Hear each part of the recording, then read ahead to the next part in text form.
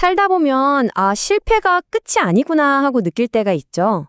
오늘은 바로 그런 이야기입니다. 실패와 용서, 그리고 모든 걸 잃었다고 생각했을 때 그때 다시 새로운 목적을 찾는 아주 강력한 이야기에 대해 한번 깊이 들어가 보려고 합니다. 우리 모두에게 지워버리고 싶은 그때로 돌아갈 수만 있다면 하는 그런 순간이 있잖아요. 역사상 가장 유명한 인물 중 한 명에게도 그런 순간이 있었는데 그건 바로 숯불 앞에서 일어난 일이었습니다. 자, 이제 본격적으로 들어가 보죠. 이 이야기의 한 가운데에는요, 한 남자의 정말 깊은 수치심이 자리 잡고 있습니다.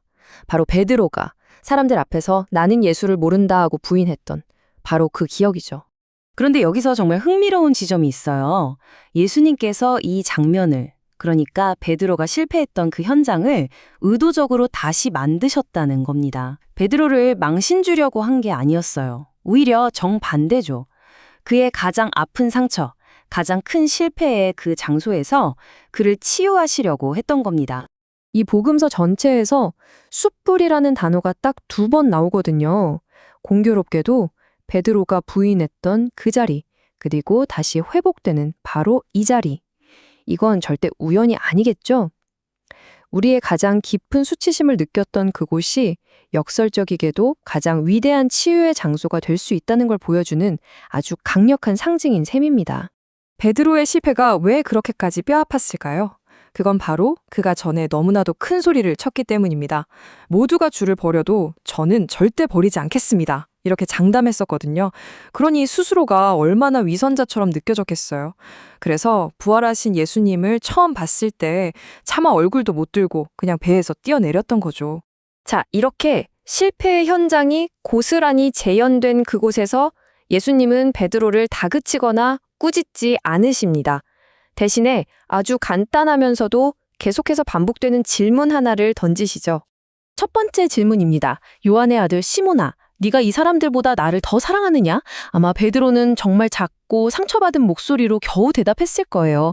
주님, 그렇습니다. 제가 주님을 사랑하는 줄 주님께서 아십니다. 라고요. 이제 그에게는 자신의 사랑을 증명할 어떤 행동도 남아있지 않았으니까요.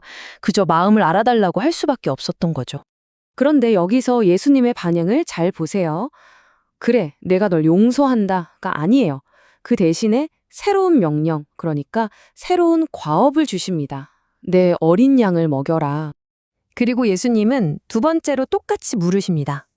요한의 아들 시몬아, 내가 나를 사랑하느냐? 베드로는 마음이 더 아팠을 거예요. 하지만 그가 할 수 있는 대답은 여전히 똑같았습니다. 이번은 내 양을 치라. 또다시 사명이죠. 이야기의 초점이 과거의 실패에서 이제 미래의 책임으로 서서히 옮겨가고 있는 게 보이시나요? 그리고 마침내 3번째 질문입니다. 베드로가 3번 부인했던 것에 맞춰 3번의 질문이죠. 요한의 아들 시몬아, 네가 나를 사랑하느냐? 베드로는 이제 근심하며 호소하듯 말합니다. 주님은 모든 것을 아십니다. 제가 주님을 사랑하는 줄을 주님께서 아십니다. 예수님의 마지막 대답은 내 양을 먹이라 였습니다. 자, 보세요. 3번의 부인이 3번의 질문과 3번의 사명으로 완벽하게 상쇄됩니다. 과거의 뼈아픈 실패가 이제 새로운 미래를 위한 디딤돌이 되는 바로 그 순간입니다. 이 이야기에서 우리가 붙잡아야 할 가장 중요한 핵심이 바로 이겁니다. 좌절에 빠진 베드로를 일으켜 세운 건 따뜻한 위로나 어떤 대단한 설교가 아니었어요. 바로 해야 할 일, 다시 말해 사명이었습니다. 생각해보면 사람은 의미 있는 일이 주어졌을 때 슬럼프나 무력감에서 벗어나잖아요. 예수님은 바로 그 인간의 심리를 완벽하게 알고 계셨던 거죠. 과거의 실패라는 늪에서 빠져나오는 가장 빠른 길은 미래를 향한 사명을 받는 것이라는 걸요. 자, 그런데 이런 원리가 그냥 옛날 이야기일 뿐일까요? 아닙니다. 현대에도 똑같이 적용돼요. 프랑스의 아베 피에르 신부님 이야기에서 그 강력한 힘을 우리가 다시 한번 확인할 수 있습니다. 절망에 빠져서 지붕 위에서 삶을 끝내려고 하는 한 남자를 아베 피에르 신부님이 발견했어요. 보통은 그러면 안 된다고 말리잖아요. 근데 신부님의 반응은 정말 예상 밖이었습니다. 신부님은 이렇게 말합니다. 좋소, 죽으려거든 죽으시오. 하지만 그 전에 나와 함께 좋은 일 하나만 하고 갑시다. 지금 가난한 사람들을 위한 집을 짓고 있는데 당신의 도움이 필요합니다. 그냥 위로하는 게 아니라 목적과 사명을 제안한 거죠. 죽기 전에 나 좀 도와달라고요. 결과가 어땠을까요? 이 남자는 다른 사람을 돕는 그 일을 통해서 아, 나도 쓸모 있는 사람이구나 하는 자신의 가치를 발견하고 결국 살아갈 이유를 찾게 됩니다. 그의 절망을 치유한 건 결국 사명이었던 거죠. 자, 그럼 이제 이 이야기들을 우리 자신에게로 가져와 볼까요? 만약 오늘 우리에게 네가 나를 사랑하느냐? 라는 질문이 던져진다면 우리는 어떻게 대답해야 할까요? 여기서 헌신이라는 단어를 한번 생각해 볼 필요가 있어요. 말 그대로 몸을 바친다는 뜻이잖아요. 진정한 사랑은 그냥 감정이나 말에 그치는 게 아니라 결국 행동으로 나타나는 거죠. 내 시간, 내 에너지, 나 자신을 내어주는 것. 내 양을 먹이라는 이 사명은 베드로에게 바로 그 헌신을 통해 사랑을 증명할 두 번째 기회였던 셈입니다. 그럼 우리에게 양을 먹인다는 건 뭘 의미할까요? 이게 뭐 특별하고 거창한 일일 필요가 전혀 없습니다. 여기서 보여주듯이 아주 간단해요. 먼저 가장 가까운 내 가족, 내 친구, 내 동료들을 섬기는 것에서 시작하는 겁니다.